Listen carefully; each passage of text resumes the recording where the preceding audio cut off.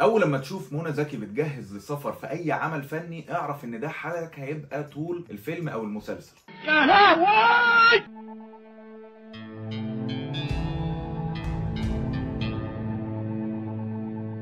رحلة 404 قصة الفيلم بتدور على شخصيتنا الرئيسية اللي بتجسدها منى زكي وهي شخصية غادة، وغادة كسبت في القرعة بتاعة الحج وقدمت الفلوس كمان والمفروض ان هي مسافرة. طب ده كلام جميل قوي، بس بيحصل لها حالة مؤسفة كده بيخليها محتاجة ان هي تجمع فلوس معينة في فترة قليلة جدا قبل ما تسافر، وده بيخلينا نكتشف ان شخصيتنا الرئيسية عندها ماضي ملوث، وجزء من ان هي بتحاول تجمع الفلوس ده ان هي بترجع لماضيها ده والشخصيات اللي هي كانت بتحتك بيها. ويمكن الروح بتاعت الفيلم ده فيها شويه كده من انكت جيمز اللي هو الفيلم بتاع ادم ساندلر اللي نزل من 3 4 سنين، اللي هو فيه احداث كتير موتره وانت كانك قاعد مع ادم ساندلر عمال بتجمع فلوس.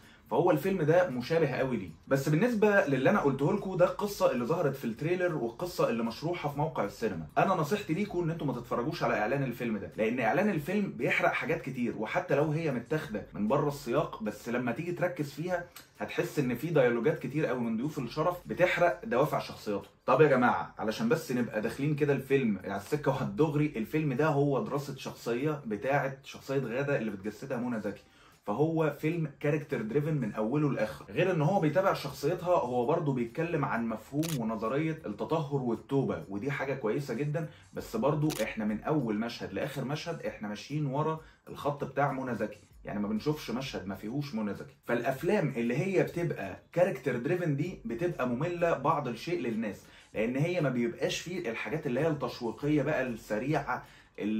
رتم الفيلم بيبقى بطيء شويه، يعني ما بيبقاش فيه الاكشن والسسبنس اللي انت متخيله، لان هو الفيلم بيبقى رتمه بطيء ومبني على الحوار بس انا بالنسبه لي الفيلم على قد ما هو كان كويس وعجبني، بس هو ما يتشافش غير مره واحده من كتر ما هو كئيب وتقيل. ودي حاجه ما تعبش الفيلم، بس هو ماشي كده على خطى افلام من النوعيه اللي ما بتتشافش غير مره واحده، زي بنتين من مصر وريكويم فور دريم. وده ياخدنا لكتابه الفيلم، والفيلم من كتابه المؤلف محمد رجاء. المؤلف ده الف لنا سيت كومز ومسلسلات كتير قوي، بس ده اول فيلم سينمائي يالفه. الكتابه ميزتها ان هي ما فيهاش اكسبوزيشن كتير، وقبل كده كنت كلمتكم في موضوع الاكسبوزيشن ده اللي هو الشرح، ان انت فجاه تلاقي شخصيه بتطلع بتشرح لك كل حاجه. لا بالعكس، انا حسيت ان في تلقائيه شديده جدا، شخصيات بيتقابلوا بيتكلموا في مواقف معينه بتفرض عليهم تحكي لنا دوافع الشخصيات بطريقه سلسه وبسيطه. ومخرج فيلمنا هو هاني خليفه، وده يعتبر ثالث عمل فني يعمله للسينما. هو الفتره اللي فاتت تحسه كان مركز كده في المسلسلات، وده ثالث عمل فني يقدمه للسينما بعد سهر الليالي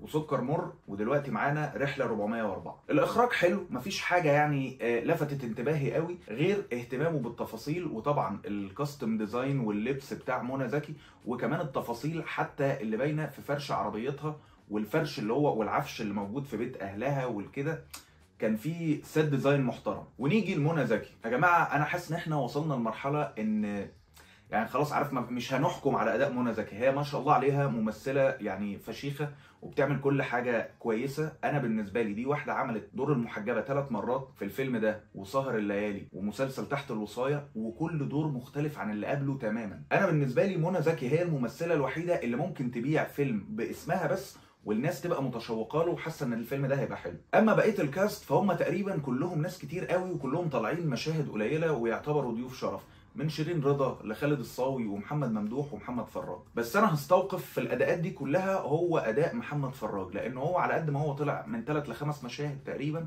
لكن اداؤه كان ملفت جدا. وانا بالنسبه لي كان ليه مشهد كده مع منى زكي شبه المشهد بتاع ادم درايفر وسكارليت جوهانسون في فيلم ماريج ستوري. ايوه المشهد اللي هما الاثنين بيتخانقوا وكانوا بيزعقوا مع بعض. انا بشوف ان المشاهد اللي بيبقى فيها زعيق وتنشنه و بتبقى سهله قوي، والناس كتير يقول لك طب يا عم اي ممثل بقى ممكن يزعق وكده، لكن هو يبقى بيزعق وفي عز انفعاله ده موصل لي مشاعر، بحس ان هي دي الصياعه في التمثيل. وده اللي حصل في المشهد ما بينه وما بين منى زكي. خلينا بس نقول تنويه كده ان الفيلم ده يا جماعه للكبار فقط. انا بالنسبه لي ما اعتقدش ان في اي اطفال ممكن يدخلوه، ولو دخلوه بنسبه يعني 95%، يعني انليس انت مخلف عادل شكل بقى فاهم، فهيفهم الحوار ده، لان هو الحوار تقيل. انا بصراحه كنت متحفز كده شويه قبل ما ادخل الفيلم، بس الفيلم كان عكس توقعاتي تماما. ليه؟ لان انا خفت ان هو يكون من الافلام اللي هي بتحاول تجتهد جامد قوي ان هي تبقى عميقه فيقلش. بالعكس الفيلم مشي على خطى كويس جدا من اوله لاخره، وهو كاركتر ستادي حلوه جدا لشخصيه غاده اللي جسدتها منى زكي. وعشان كده هقول لكم ان فيلم رحله 404 فيلم حلو ما يتشافش غير مره واحده،